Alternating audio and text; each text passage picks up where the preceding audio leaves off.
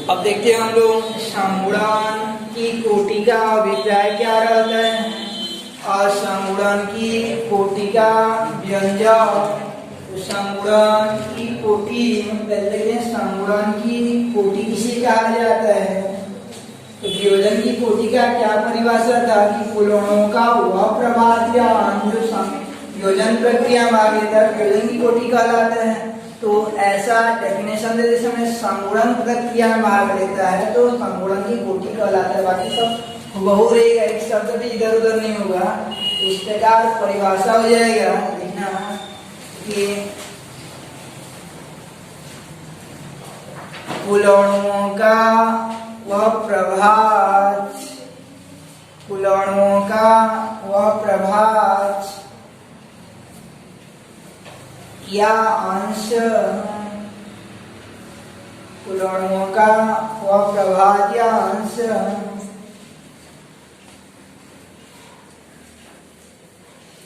जो संगुणन प्रक्रिया में भाग लेते हैं,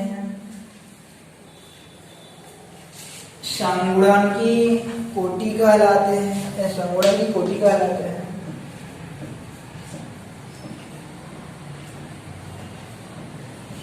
इसे स्मॉल x से प्रदर्शित करते हैं,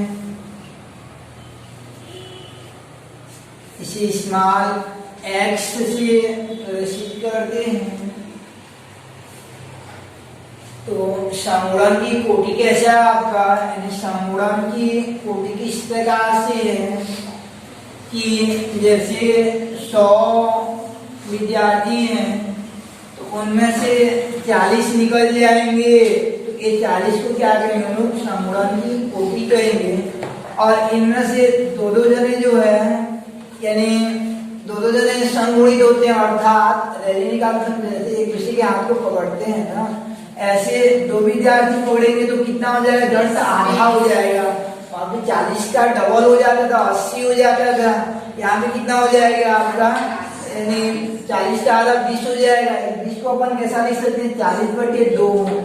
40 क्या आपका संगुणन की कोटि है और ये 2 क्या है कि कितना मिलकर आपस में संगुणित हो रहे हैं। जैसे n तो मिलकर आपस में संगुणित होंगे तो क्या होगा आपका x/n, इसलिए वो फार्मूला बनाते समय वहां पे क्या आएगा आपका x/n आएगा।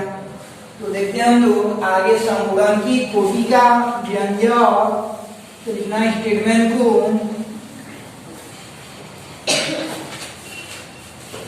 संगुणन की कोटि का व्यंजक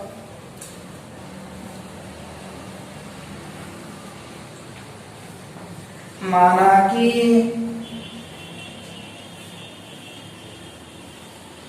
एक मोल विलय को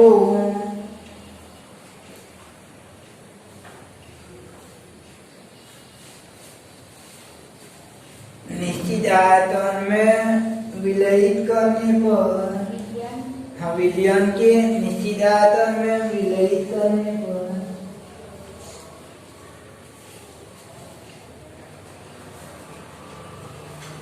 विलयन के निश्चित आयतन में विलयित करने पर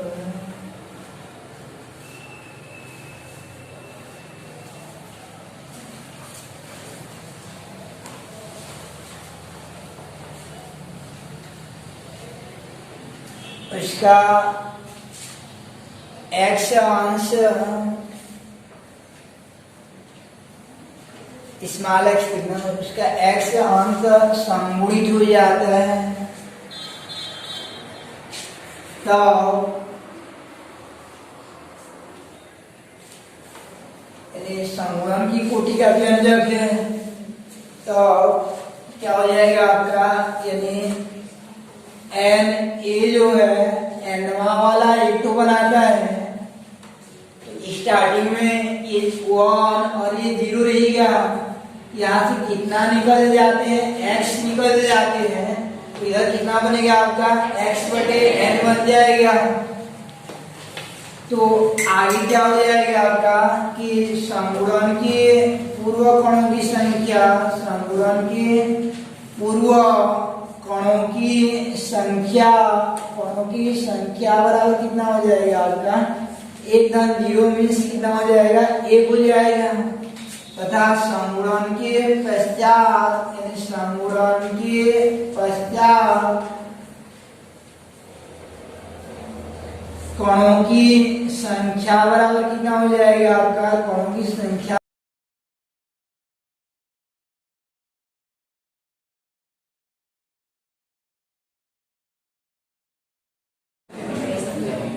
इस प्रकार से, तो इस प्रकार से आपका यानी संगुणन के पश्चात कणों की संख्या बराबर हो जाएगा आपका, संगुणन के पश्चात कणों की संख्या बराबर, इनको जोड़ा जाएगा 1 minus X plus X by N. अब यहाँ पे पहले से लिख दिया गया है, तो आई बराबर हो जाएगा आपका संगुणन के पश्चात कणों की संख्या और पूर्व कणों की संख्या के अनुपात को आई कहेंगे। आप ऊपर वाला वैल्यू को डालेंगे, नीचे वाला वैल्यू को डालेंगे और यहाँ पे आप हल करते जाओगे, मिल जाएगा। फिर से बनाना पड़ेगा सवाल पड़ेगा।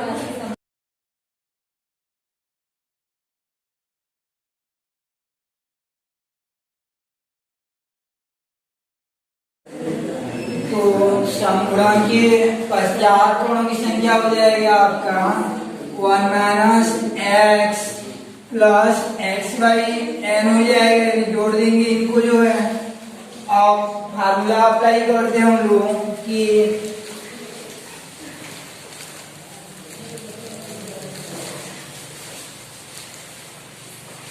आई बराबर क्या सूत्र होता है आपका, आई बराबर फार्मूला हो जाएगा संगुणन के पश्चात कणों की संख्या, यानी संगुणन के पश्चात कणों की संख्या के पश्चात कणों की संख्या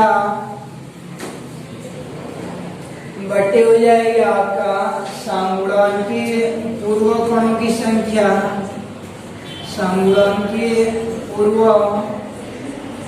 कणों की संख्या, इनके रेशियो वाले आई कहा जाते हैं।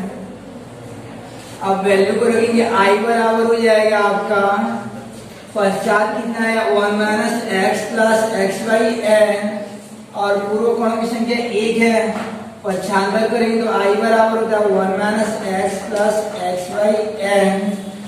अब यहाँ से मिल जाएगा कि 1 को इधर 95 कर दो, आई माइनस 1 बराबर हो जाएगा और इसको पहले लिख देता हूँ x बटे एन माइनस एक्स हो जाएगा। आई माइनस 1 बराबर, यहाँ से x को कॉमन निकाल लेते हैं 1 माइनस एन माइनस 1, तो लास्ट में कितना मिल जाएगा x बराबर हो जाएगा आपका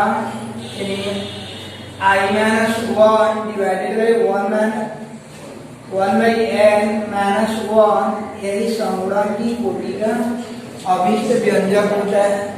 तो स्टार्ट किए थे संगुणन की कोटि को विकुलनों का और प्रवाह दिया, जो संगुणन में भाग लेता है संगुणन की कोटि कहलाता है। व्यंजक के लिए स्टेटमेंट को लिखना है, उसके बाद एन ए बराबर ए एन लिख देना है और 1 0 फिर उसके बाद 1 माइनस एक्स और राइट साइड में एक्स बाई एन, पश्चात कोणों की संख्या हो जाएगा आपका 1 माइनस एक्स बटे एक्स प्लस है और पूर्व कोणों की संख्या 1 हो जाएगा। दोनों के अनुपात के आधार पर हल करेंगे तो लास्ट मिल जाता है हमको x बराबर 1 minus I divided by 1 by N minus 1, यही संगुणन की कोटि का अभिष्ट व्यंजक होता है। इस प्रकार यह चैप्टर को प्रारंभ किए थे हम लोग कि विलियन से जो है, विलियन से स्टार्ट किए थे कि 2 या 2 से अधिक पदार्थों के समाही मिश्रण को विलयन कहते हैं। विलयन के 2 घटक होते हैं, विलय और विलायक। विलयन का वह घटक जो अल्पमात्रिक रहता है विलय और जो बहुमात्रिक रहता है विलायक कहलाते हैं। इसके बाद विलयन के प्रकार देखे थे, तो घटकों की संख्या के आधार पर द्विअंगी, त्रिअंगी, चारअंगी विलयन, सांद्रता के आधार पर 5 प्रकार का तनु विलयन, सांद्र विलयन और संतृप्त विलयन, अति संतृप्त विलयन और असंतृप्त विलयन। उसके बाद जो है परासरण दाब के आधार पर 3 प्रकार का अल्प पराशरी, सम पराशरी और अति पराशरी विलयन। राहुल के नियम के आधार पर दो प्रकार का विलयन, आदर्श विलयन और अनादर्श विलयन। वाष्पशीलता के आधार पर दो प्रकार का वाष्पशील विलयुक्त विलयन और अवाष्पशील विलयुक्त विलयन। और उसके बाद जो है भौतिक अवस्था के आधार पर 9 प्रकार का विलयन था। इसके बाद देखते हम विलयन से संबंधित विलेयता व विलेयता को प्रभावित करने वाले कारक की विलेयता मीन्स क्या था कि विलय की निश्चित ताप पर विलय की वो अधिकतम मात्रा जो 100 ग्राम विलायक में पूर्णतः घोली जा सके विलेयता कहलाता है। फिर उसके बाद प्रभावित करने वाले कारक में पहला था कि विलय और विलायक की प्रकृति, तो ध्रुवीय विलायक में ध्रुवीय पदार्थ और अध्रुवीय विलायक में अध्रुवीय पदार्थ घुलते हैं। दूसरा ताप का प्रभाव, तो ऊष्माक्षेपी वाले प्रक्रम में ताप बढ़ाने पर विलेयता घटती है, जबकि ऊष्माक्षेपी वाला में ताप बढ़ाने पर विलेयता घटती जाती है। उसके बाद देखिए दाब का प्रभाव, तो दाब बढ़ाने पर जो है यानी विलेयता बढ़ती जाती है। इसके बाद गैस द्रव विलयन संबंधित वैज्ञानिक हेनरी का नियम कि निश्चित ताप पर किसी विलयन में विलीन गैस की मात्रा विलयन पर आरोपित दाब के समानुपाती होती है। उसके बाद इसकी सीमाएं, तो यह निम्न ताप और उच्च दाब पर यह नियम जो है लागू होता है। उसके बाद देखिए विलयन की साम्यता को अभिव्यक्त करने वाले कारक, जिनमें से पहला था द्रव्यमान प्रतिशत। द्रव्यमान के अनुसार विलय के भागों की वह संख्या जो प्रति 100 भाग विलयन में घुली रहती है। दूसरा आयतन प्रतिशत। आयतन के अनुसार विलय के भागों की वह संख्या जो प्रति 100 भाग विलयन में घुली रहती है। तीसरा था आपका कि मोलरता, प्रति लीटर विलयन में उपस्थित विलय के मोलों की संख्या को मोलरता। चौथा मोलरता, प्रति किलोग्राम विलयन में उपस्थित विलय के मोलों की संख्या को मोलरता। उसके बाद नार्मलता, प्रति लीटर विलयन में उपस्थित विलय की ग्राम तुल्यांक संख्या को विलयन की नार्मलता कहते हैं। उसके बाद फार्मलता, प्रति लीटर विलयन में उपस्थित विलय की ग्राम सूत्र द्रव्यमान संख्या को फार्मलता कहते हैं। उसके बाद पीपीएम देखे थे कि प्रति 10 लाख ग्राम विलयन में उपस्थित विलय के ग्रामों में भाग को पीपीएम कहते हैं। उसके बाद स्टार्ट किए थे वाष्पदाब व वाष्पदाब संबंधी, इन वाष्पदाब को प्रभावित करने वाले कारक। तो वाष्पदाब क्या था कि निश्चित ताप पर किसी द्रव के साथ साम्यावस्था में स्थित वाष्प द्वारा द्रव पर आरोपित दाब को वाष्पदाब कहते हैं। कि निश्चित ताप पर किसी द्रव के साथ साम्यावस्था में स्थित वाष्प द्वारा द्रव पर आरोपित दाब को वाष्पदाब कहते हैं। प्रभावित करने वाले कारक में पहला था हाइड्रोजन बॉन्ड। जिन अणुओं में हाइड्रोजन बॉन्ड पाया जाता है उनका वाष्पदाब कम हो जाता है सामान्य अणुओं की तुलना में। दूसरा ताप का प्रभाव, ताप बढ़ाने पर जो है अणुगतिकी सिद्धांत के अनुसार यानी गतिज ऊर्जा बढ़ती जाती है, जिससे वाष्पदाब बढ़ती जाती है। और तीसरा अवाष्पशील विलय की उपस्थिति, तो अवाष्पशील विलय मिलाने पर वाष्पदाब जो है कम हो जाते हैं। इसके बाद देखिए आगे हम लोग वाष्पदाब संबंधित वैज्ञानिक राहुल का नियम। तो पहला था वाष्पशील विलयुक्त विलयन के लिए और दूसरा था अवाष्पशील विलयुक्त विलयन के लिए। तो वाष्पशील विलयुक्त विलयन का कुल वाष्पदाब जो है, वाष्पशील विलयुक्त विलयन का कुल वाष्पदाब विलय तथा विलायक के वाष्प अर्थात उसके आंशिक घटक के वाष्पदाब के योग के तुल्य होता है तथा प्रत्येक घटक का आंशिक वाष्पदाब स्वयं के मूल प्रभाव के समानुपाती होते हैं। और दूसरा कि अवाष्पशील विलयुक्त विलयन का कुल वाष्पदाब केवल विलायक के वाष्पदाब के बराबर होता है तथा विलायक का वाष्पदाब स्वयं के मूल प्रभाव के समानुपाती होते हैं। इसके बाद स्टार्ट की थी अणुसंख्यक गुणधर्म कि तनु विलयन का वह भौतिक गुण जो उसमें उपस्थित विलय कणों की संख्या पर निर्भर करता है, न कि प्रकृति पर। अणुसंख्यक गुणधर्म कहलाते 4 प्रकार का था।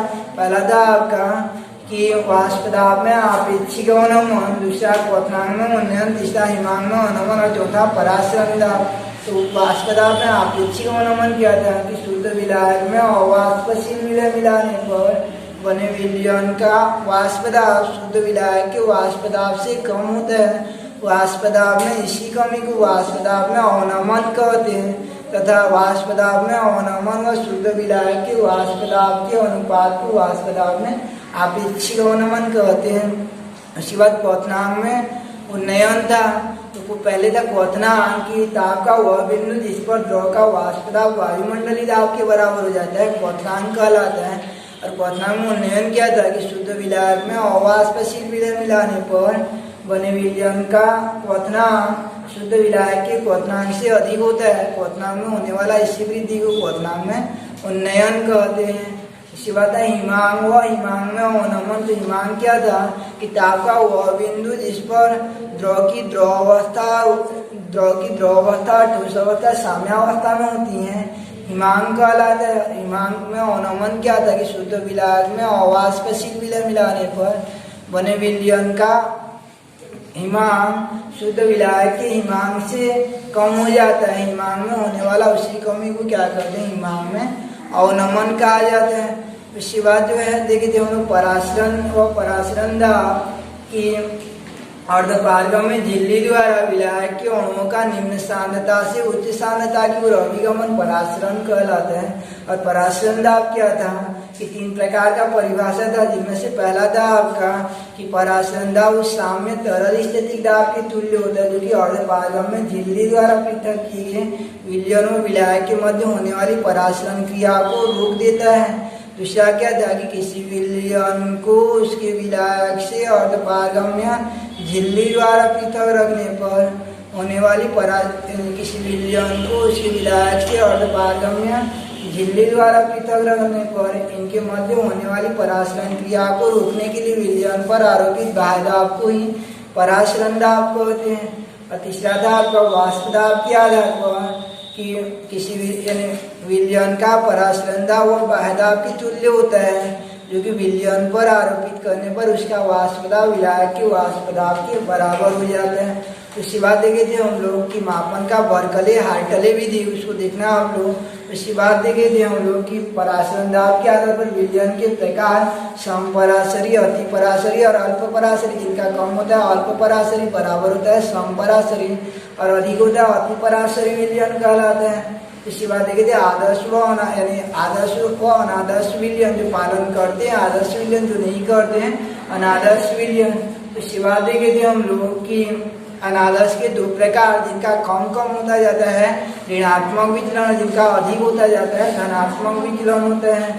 उसके बाद देखे थे स्थिरवाती मिश्रण कि 2 द्रवों का ऐसा मिश्रण जो संगठन में परिवर्तित हुए बिना साथ साथ आश्रित होते हैं, स्थिरवाती मिश्रण कहलाते हैं। 2 प्रकार का निम्न क्वथन और उच्च क्वथन एजियोट्रॉप, जिनका क्वथनांक निम्न होता है, वाष्प दाब अधिक होता है, धनात्मक वितरण प्रदर्शित करते हैं निम्न क्वथन, और जिनका क्वथनांक उच्च होता है उच्च क्वथन एजियोट्रॉप कहलाते हैं। नाम के आधार पर परिभाषा बन जाता है। उसके बाद देखे थे कि संगुणन, उसके बाद देखे थे कि आपका संगुणन व वियोजन जो है, तो संगुणन व वियोजन मीन्स होता है कि टूटकर अलग अलग होना वियोजन और जुड़कर एक हो जाना संगुणन। और उसके बाद जो अवसामान्य अणुभार, तो इनके प्रभाव से अणुभार में होने वाला विचलन को अवसामान्य अणुभार।